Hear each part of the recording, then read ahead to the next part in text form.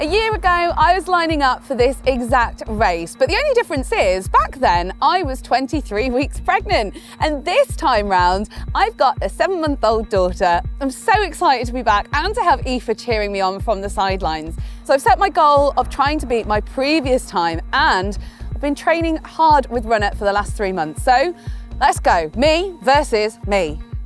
So before we get to race day, let's do a quick training recap.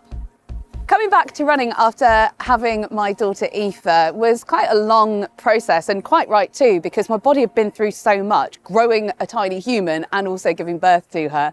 So I slowly built up to being able to run 7K continuous over the course of 12 weeks. So check out that video if you haven't already.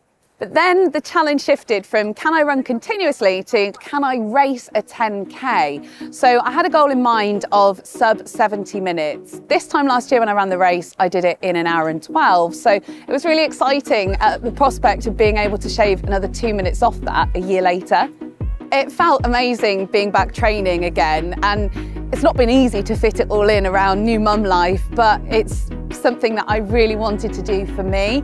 And I really love the fact that I've just completely wiped the slate clean and can now go after my post-baby PBs, my PBs, because now I can see what I'm capable of doing in a 10K, a half marathon, more on that later.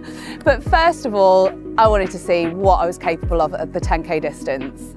So luckily for me, training for this race actually coincided with Aoife turning 6 months old, which meant that she was ready to come out buggy running with me, which has just been a game changer. Like, being able to have that extra freedom of not worrying about who's going to be able to watch her while I go out to run has meant that I've been able to do a few more runs with her. But also, it's so amazing to be able to share my hobby and share some miles with my daughter. So I built my plan with Runna for 3 times a week. So that would cover a longer run, an interval session, and an easy run too. Now, it's not been easy to tick all of those runs off, but I also wanted to stay consistent with my strength and conditioning training. So I made sure that I was doing that at least once a week too. And juggling it all and being able to tick off all of those sessions has just felt really good to just have that consistency back into my life. My favourite session training for this race was actually one of the long runs. It was the last long run before the 10K. It was a total of 9 kilometres, but it was a 9-kilometre block long run. So you start off with 4 kilometres at a conversational pace, then you pick up the pace for 3 kilometres, and I definitely felt like I was clinging on by the end of that block. But then you drop it back down to a conversational pace for a K before finishing things off with a nice, tasty, quicker kilometre. I remember absolutely buzzing after the end of that run and just feeling like it gave me so much confidence going into race day. So the 10K training plan absolutely flew by, but by the time that race day came, I was feeling confident, still nervous though about getting back into a race situation because it's been so long since I've been able to push myself like this. So I know what happened. Now you need to watch to find out. Okay, how are you feeling? Good, excited, just ready to go now.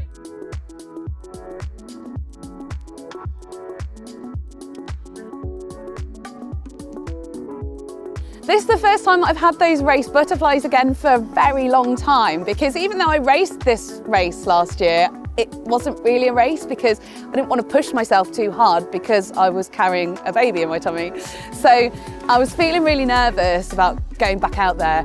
And then as soon as I crossed the line, I was like, right, come on, let's do this. Can you remember how to run a race? So the first 3 kilometres of this race felt like it absolutely flew by. I went out at a pace that was definitely faster than what I was predicted, but I think that part of that is just to do with the fact that I trained well, but also maybe didn't push myself in training as much as I could have done. 2 kilometres, feeling good? Feeling really good. Ahead of planned pace, but just running to feel on this because I don't know what I got. It's good to leave it all out there. With the Runna app, I was doing my easy runs with the buggy, for example, so that didn't necessarily mean that I could run as fast as I could with the buggy, but at every interval session where I was hitting the paces and beyond, the app kept updating how fast my predicted time was going to be. And I mean, that was such a confidence boost going into this anyway.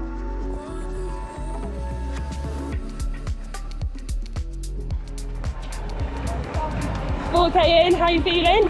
Buzzing, I think, is the best way to describe it. Does it feel good to be back racing? So good. So good. Look how many people there are. Let's go, Anna! Yeah! Let's go, Runna! Good job, well done! So coming up to 5 kilometres, I was feeling really good, and a lot of my easier runs were around the 5 kilometre mark. But I was kind of like checking out the pace, what I was doing, and realised that actually I'd set a post-baby PB in the 5K, which definitely wasn't part of the plan either. 29:47. Let's go. Second half, gosh. How proud of you of that? Huh? How proud are you of that? Very proud. That might be a post-baby 5K PB, actually. So strong, but you look so strong. Warm, but yeah, feeling good. So there was a little bit of me that was like, you've gone out too fast here and you're going to pay for it at the end. And realising that you're halfway and you've got another 5K to go when 10K is your distance is quite daunting, because when I've run 10Ks before, I've always been sort of able to run longer distances than 10K, whereas this is the longest that I have run since having Aoife, and the longest that I've run in a very long time. So it's going into that unknown second half was quite daunting.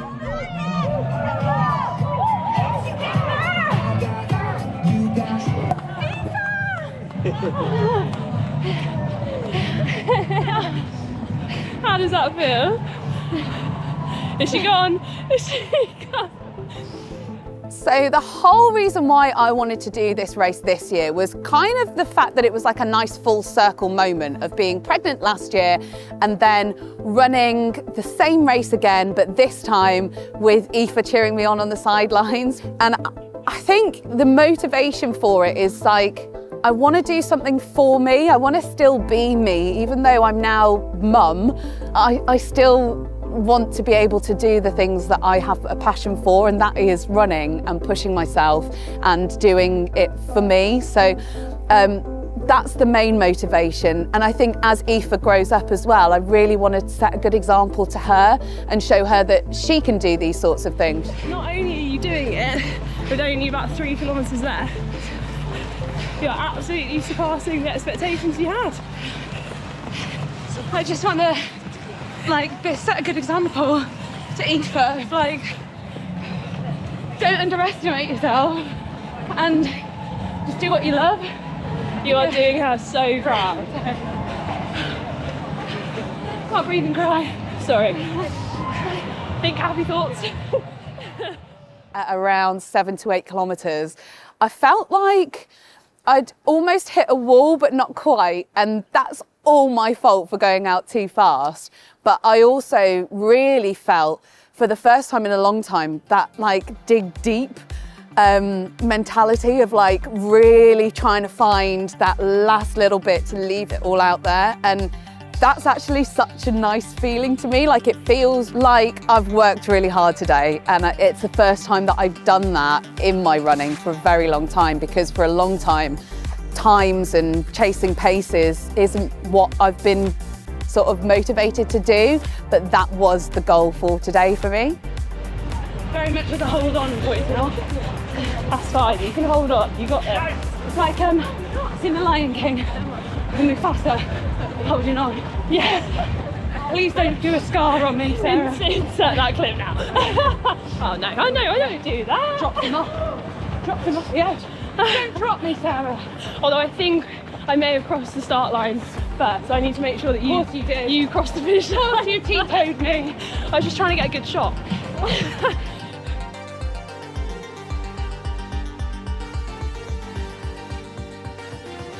Just coming up to 8K. Feeling good? 10K. Feeling good. Come on. Remember the mantra. Make it proud. Yeah. Head down. Push on. Training for this race has obviously got me to this point now of being so chuffed with how the race has gone, and having the Runna app there with all of the workouts just ready-made for you. You don't have to do any of the thinking, which as a new mum, like, my brain is so full of thinking of so many other things that it just takes that mental load for running away, and all I have to do is figure out when I'm going to do the run, and that's fine.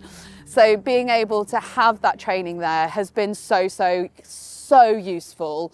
And yeah, I've just really enjoyed ticking off as many sessions as I could. I'm so grateful to have been able to train for this race with Runna. And if you want to check out the app too, head to the link in the description where you can get a 2-week free trial. Go on, Emma. Come on, you can do the hill. You're 250 metres away from running further than you've run in 7 months, 8 months. It's really nice for me to be back racing again, full stop. So being able to like put my kit on and pin my number on and just feel like you're in that moment it's a bit of me. It feels like getting a bit of me back, which once you've had a baby, it can be quite difficult. You can lose your way a little bit. And this just feels like a really nice moment just to have some time and some space to be me again, doing what I love to do. And although I'm like getting emotional about it, it's because I'm so proud that I've been able to get to this point, and go out there and genuinely smash it. Like, I'm so chuffed with how today went. I can't believe it. I'm absolutely over the moon.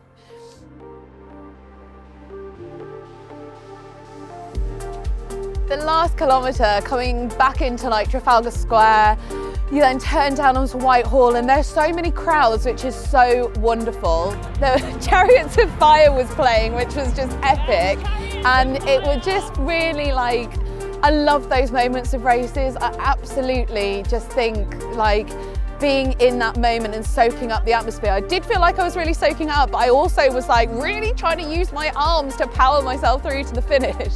And it felt like the finish line was getting further and further away. I was like, come on, we must be nearly there, because when you can see it down a very straight road, it is like, oh, come on. So yeah, that final kilometre just went by in a total blur.